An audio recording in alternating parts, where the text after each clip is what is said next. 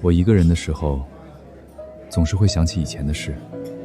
我一直觉得是我在照顾年幼的他，可现在回头看，或许我也一直在依赖他。是他让我确信，无论发生什么，总有一个人在等着我。我累的时候，生病的时候，心情不好的时候，只要想到他还在那里，我就会觉得安心。天地之大，芸芸众生，我到底不是孤独的。我现在已经分不清，我究竟是害怕失去这个弟弟，还是害怕失去他。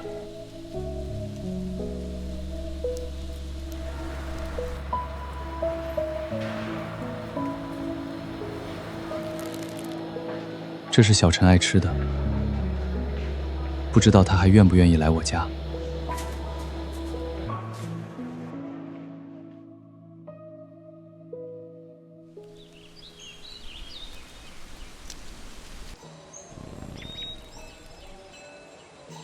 小陈从小就爱往这里跑，一个少年人，哪来那么多心事要来烧香拜菩萨？总不会是因为我吧？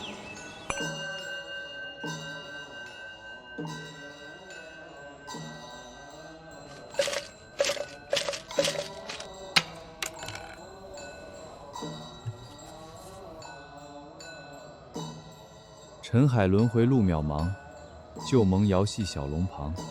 欲寻宿世相思寄，须向初心始发香。这支签倒是少见。就在今日稍早，也有一位施主抽中了同样的签，看来二位缘法不浅。难道是？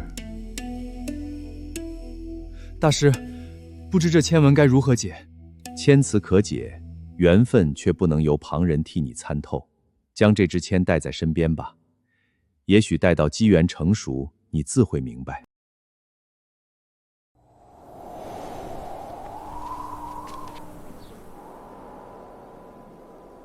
下雪了。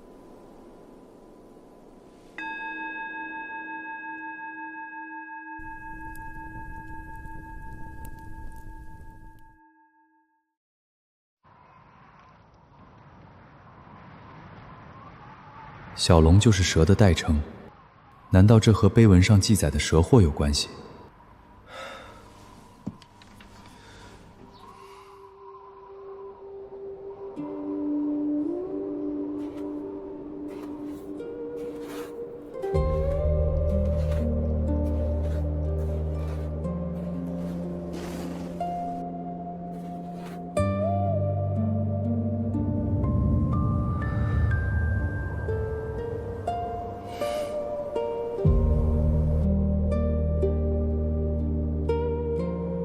别怕，从今以后，你就跟着我。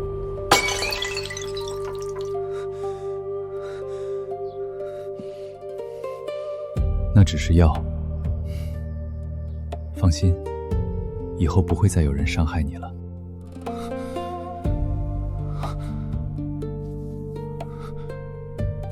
不要过来，不要！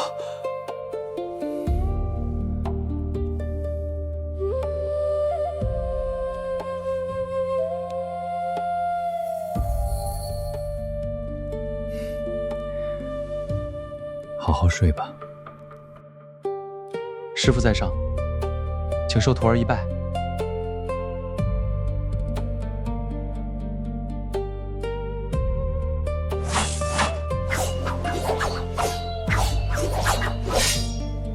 力道藏于万间，过刚易折，招式不必求快，先守本心，再论攻守。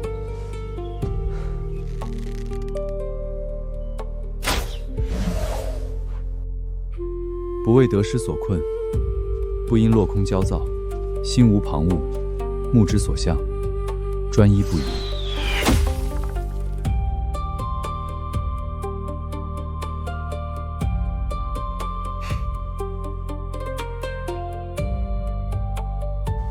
这不是师傅每日贴身带着的吗？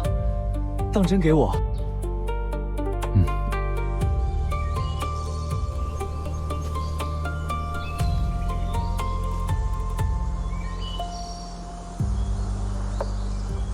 我要一辈子跟着师傅。你还小，哪懂什么一辈子？我教你安身立命之法，等你长大了，海阔凭鱼跃，天高任鸟飞，你会知道，天下之大，有那么多人可以遇见，有那么多生活可以选择。不，这世上没有任何一种生活比得上跟师傅在一起。傻话。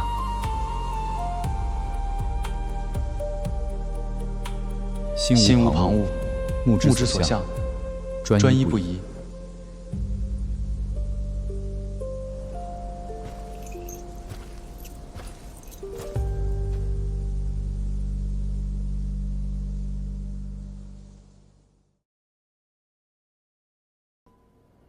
好真实的梦。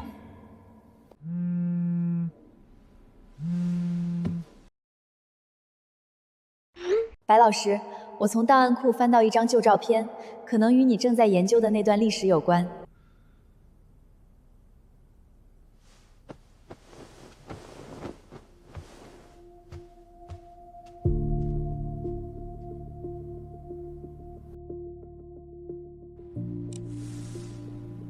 这张照片是10几年前考古系的几位前辈去昌平县做民俗走访时拍下来的。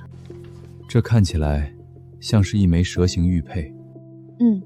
昌平县当地一直有供奉家仙的习俗，民间特别崇拜蛇仙，又叫柳仙，说是可以镇宅、驱除疫病与邪祟、保平安。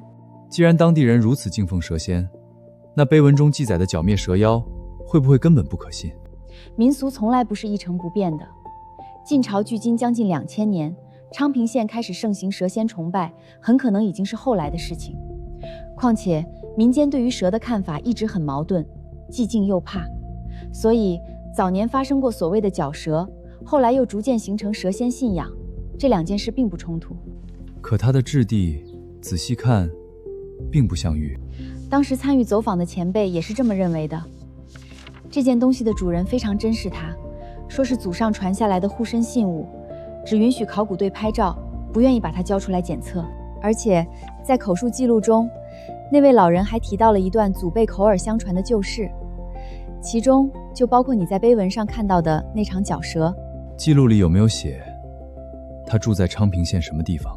没有，而且10几年过去了，人还在不在，东西有没有传给后人，都很难说了。